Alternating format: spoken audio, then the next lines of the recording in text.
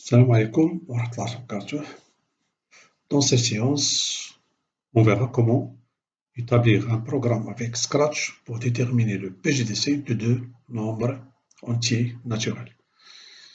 Alors, si on prend par exemple le PGDC de 21 et 12 avec la division euclidienne, donc c'est une façon, ou bien c'est une méthode pour déterminer le PGDC de deux nombres entiers naturels avec la division euclidienne, ou bien avec la différence, ou bien en décomposant en facteur premier les deux nombres, ou bien quatrième façon classique, c'est de déterminer les diviseurs de chacun de ces deux nombres et de déterminer finalement le PGDC. Donc, on va établir un programme pour déterminer le PGCD de deux nombres entiers naturels, en se basant sur cet exemple, bien sûr.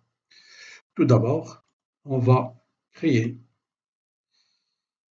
je clique sur le drapeau vert ici, puis je peux déterminer ici, bon, en commençant par déterminer les variables, on aura besoin de la variable A,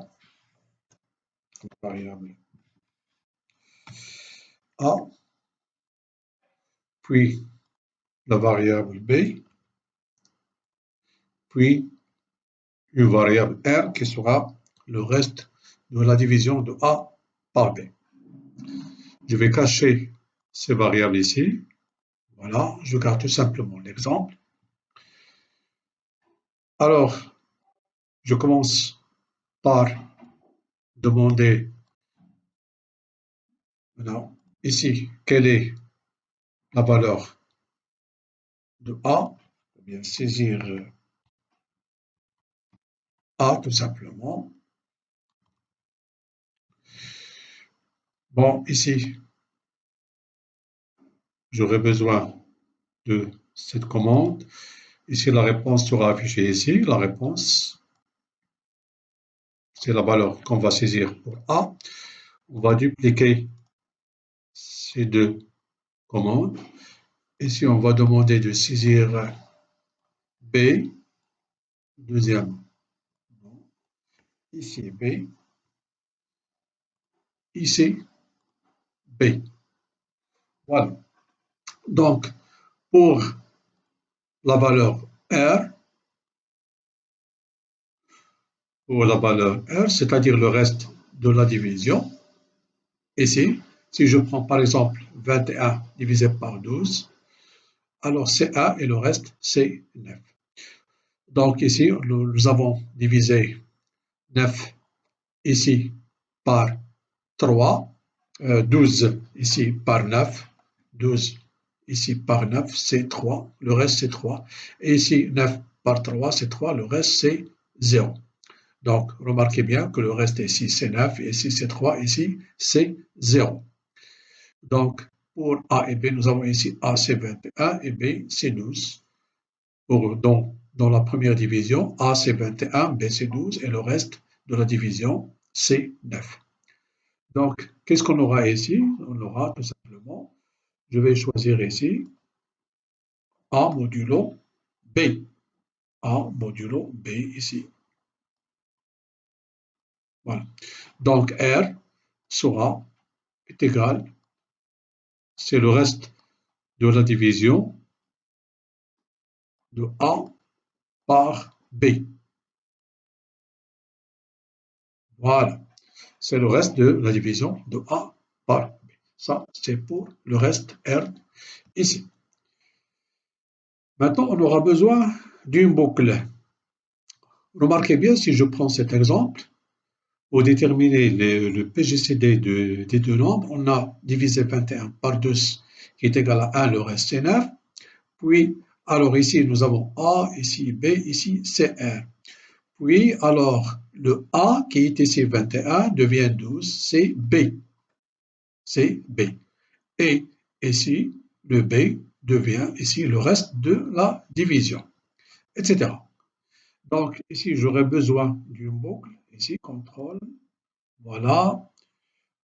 Alors, on va répéter ceci jusqu'à ici le reste égal à 0. Donc, jusqu'à le reste égal à 0, qu'est-ce qu'on va faire? Alors, on va tout simplement prendre ceci. Voilà. Si j'aurais besoin du reste qui est égal à 0. Après, donc j'ai dit qu'on a défini une boucle qu'on va répéter des opérations jusqu'à que le reste R est égal à 0. Remarquez bien ici que le reste de la division de 21 par 12, c'était 9. Ici, la division de 12 par 9, le reste, c'est 3. Et la division ici de 9 par 3, c'est 0. Alors, on sait bien que le PGDC, c'est le reste, c'est le dernier reste qui est avant 0. Donc, le PGCD ici, c'est 3. Voilà, c'est ce qu'on va établir avec le programme Scratch.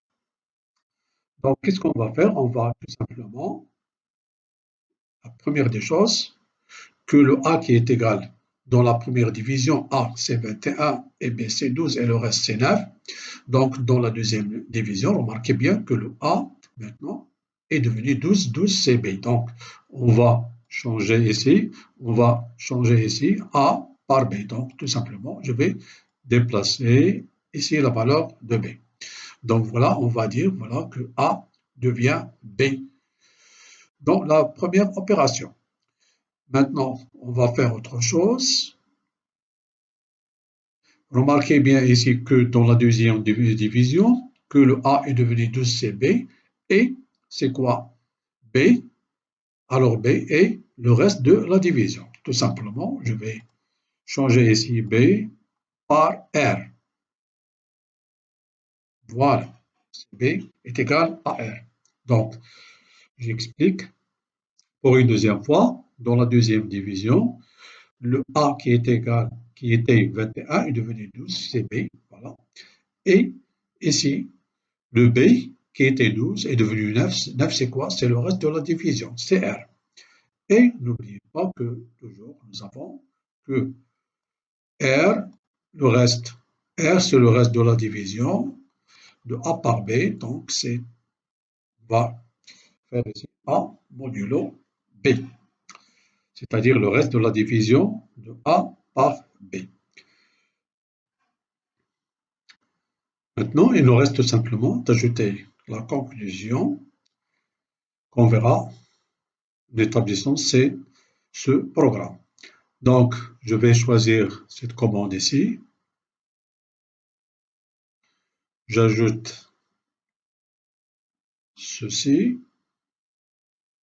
Voilà. Ici, je vais demander au programme d'afficher que le PGDC, le PGCD, le PGCD des deux nombres. Et alors, donc on va chercher qu'est-ce qu'on va mettre ici, en se basant toujours sur ce programme, sur cet exemple ici. Donc, j'explique à nouveau ceci. Donc, nous avons dit pour déterminer le PGCD des deux nombres 21 et 12. Alors, on a fait la première division, en établissant la division euclidienne. Donc, c'est 21 par 12, c'est 9, c'est 1 et le reste c'est 9. Puis je divise 12 par 9, c'est 3 et le reste c'est 1 et le reste c'est 3. Puis je divise 9 par 3, 9 par ce reste qui est égal à 3 et le reste c'est 0. On a dit que le PGCD et alors c'est le dernier reste avant 0, c'est 3. Donc remarquez bien ici que le PGCD c'est quoi? Est devenu quoi maintenant? C'est B qui est ici. C'est B qui est ici. Alors, donc, je vais tout simplement déplacer, je vais mettre ici B. Donc, on va vérifier avec cet exemple que le PGCD des nombres 21 et 12 et donc c'est bien 3. Donc, je clique sur le drapeau vert ici. Alors, je tape 21, ici. Puis pour le B, je tape 12. Et voilà, ici, c'est 3. Donc tout simplement, tu te remarques que je vais ajouter ici l'espace.